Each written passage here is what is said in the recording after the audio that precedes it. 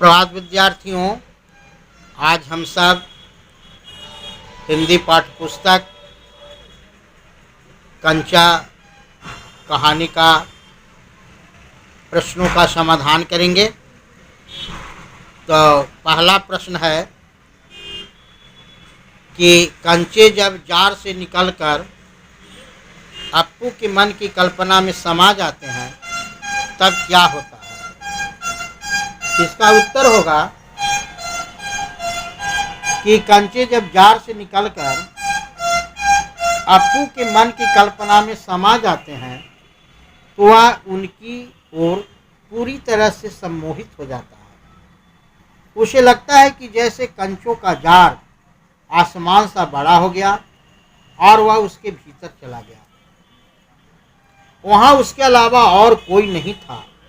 वह अकेला ही कंचों के चारों ओर बिखेरता हुआ मजे से खेलता रहा। हरी लकीर वाले सफेद आंवले से गोल गोल कंचे उसके दिमाग में पूरी तरह छा गए।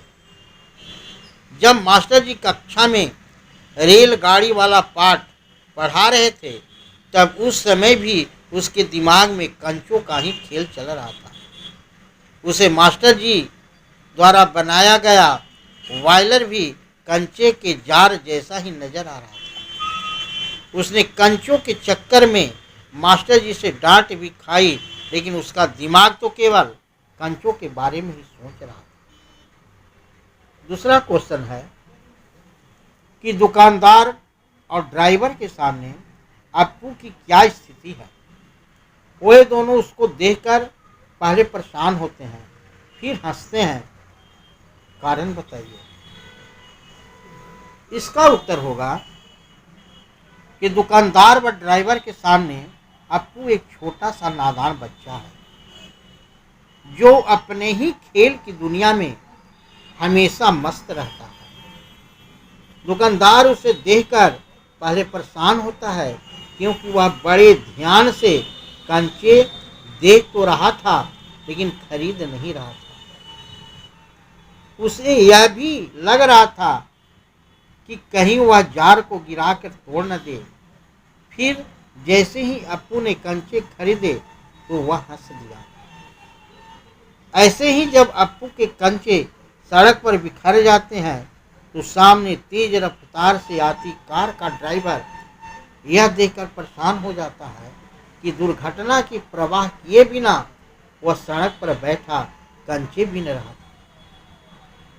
लेकिन जैसे ही अप्पू ने उसे इशारा करके अपना कंचा दिखाया तो वह उसकी बचपन की शरारत समझकर हंसने लगा। इस प्रकार दुकानदार और ड्राइवर पहले अप्पू की हरकतों से खींचते हैं और बाद में उसकी बाल सुलभ चंचलता देखकर हंस पड़ते हैं। क्वेश्चन तीसरा है, मास्टर जी की आवाज अब कम ऊंची थी। वे रेलगाड़ी के बारे में बता रहे थे। मास्टर जी की आवाज धीमी क्यों हो गई? लिखिए। पाठ की शुरुआत में मास्टर साहब सब बच्चों को ध्यान अपनी ओर आकर्षित करने के लिए शायद ऊंची आवाज में बात कर रहे थे, पर जब उन्हें लगा कि अब सब बच्चे उनकी बात को ध्यान से सुन रहे हैं तब उन्होंने पाठ समझाने की मुद्रा अपनाने के कारण अपनी आवाज को धीमा कर दिया ताकि सभी उनकी बात समझ सके।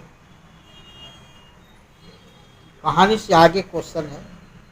पहला, कंचे, गिल्ली डंडा, गेंदकड़ी जैसे गली मोहल्लों के कई ऐसे खेल हैं जो बच्चों में बहुत लोकप्रिय हैं। आपके इलाके में ऐसे कौन कौन से खेल खेले जाते हैं, उनकी सूची बनाइए। इसकी सूची तो आप खुद तैयार कर सकते हैं, लेकिन फिर भी इसका उत्तर समझिए। हमारे इलाके में लगोरी, पतंग उड़ाना, कबड्डी खेलना, खो खो, क्रिकेट, आदि खेल खेले जाते हैं। शायद आप भी इन सारे खेलों को पसंद करते होंगे। क्वेश्चन नंबर 2 है, किसी एक खेल को खेले जाने की विधि को अपने शब्दों में लिखें। तो यह खेल का वर्णन भी आप खुद कर सकते हैं। फिर भी मैं एक खेल के बारे में बता रहा हूँ, जैसे गिल्ली डंडा। इस खेल में एक स्थान पर छोटा सा गड्ढा बना दिया जाता है, उस पर लकड़ी की एक गिल्ली रखी जाती है। इस गिल्ली को प्रतिद्वंदी खिलाड़ी एक नुकीले डंडे से ऊपर उछालता है। दूसरे खिलाड़ी उस गिल्ली को लपकने का प्रयास करते हैं। यदि गिल्ली लपक ली जाती है तो खिलाड़ी आउट माना जाता है। ऐसे और खेल का वर्णन कर सकते हैं। क्वेश्चन आगे है, अनुमान और कल्पना से आप कहानी को क्या शीर्षक देना चाहेंगे? तो बहुत तरह हो सकता है। आपू के कंचे, सफ़ेद बड़े आमले से कंचे, कोई भी एक शीर्षक दे सकते हैं। अब भाषा की बात देखें। नीचे दिए गए वाक्यों में रेखांकित मुहावरे किन भावों को प्रकट करती है? इन भावों से जुड़े दो दो मुहावरे बताइए और उनका वाक्य में प्रयोग कीजिए। जैसे माने दांतों तली उंगली दबाई। दूसरा, सारी कक्षा सांस रोके हुए उसी तरफ देख रही थी। उत्तर अब इसका हम दे सकते हैं,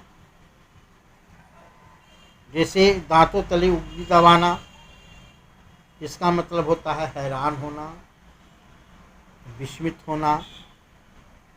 भाव आश्चर्य का होगा।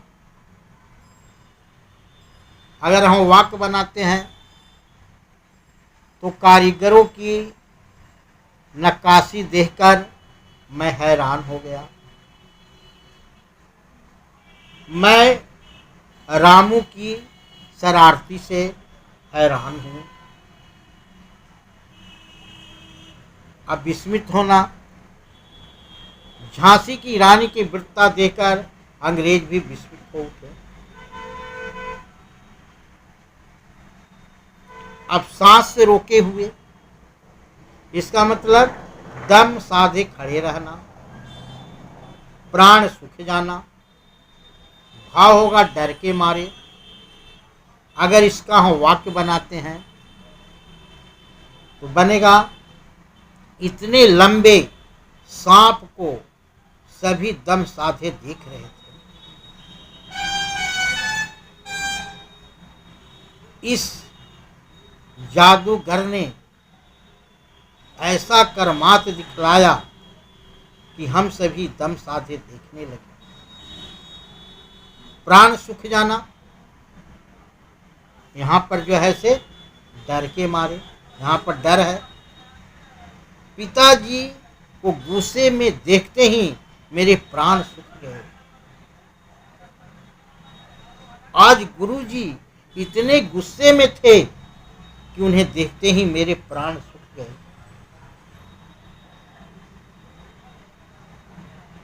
नेक्स्ट क्वेश्चन है कि विशेषण कभी कभी एक से अधिक शब्दों के भी होते हैं। नीचे दिए गए वाक्यों में रेखांकित हिस्से क्रमशः रकम और कंचे के बारे में बताते हैं, इसलिए वे विशेषण है। अब जैसे पहले कभी किसी ने इतनी बड़ी रकम से कंचे नहीं खरीदे। बढ़िया सफेद गोल कंचे।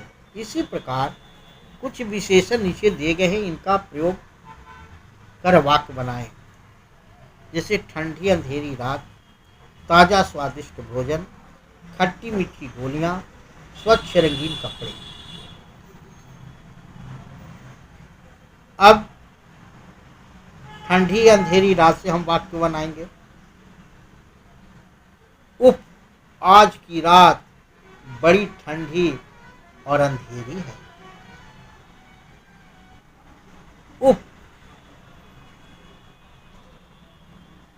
इस ठंडे जल में हाथ क्यों डूबे हो। दूसरा, खट्टी मीठी गोलियां, इतनी सारी खट्टी मीठी गोलियां देखकर तो मेरा मन तरस गया। इतनी सारी खट्टी मीठी गोलियां तुम कहां से लेकर आए हो। अब ताजा स्वादिष्ट भोजन, मैं प्रतिदिन ताजा और स्वादिष्ट भोजन करता हूं। आज भी ताजा और स्वादिष्ट भोजन की प्रतीक्षा कर रहा हूं। स्वच्छ रंगीन कपड़े, स्वच्छ रंगीन कपड़े हमारी नन्ही मुन्नी बेटियां पहनेगी। स्वच्छ रंगीन कपड़े हमें भी पसंद है। इस तरह से इसके वाक्य बनेंगे। धन्यवाद। नेक्स्ट अगले वीडियो में अगले चैप्टर के साथ।